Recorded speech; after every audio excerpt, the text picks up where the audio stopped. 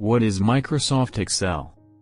It is a software program created by Microsoft that uses spreadsheets to organize numbers and data with formulas and functions.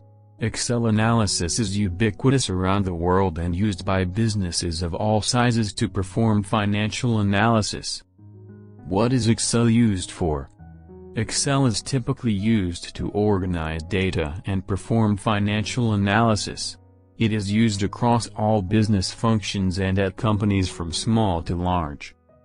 The main uses of Excel include data entry, data management, accounting, financial analysis, charting and graphing, programming, time management, task management, financial modeling, customer relationship management, CRM. Almost anything that needs to be organized.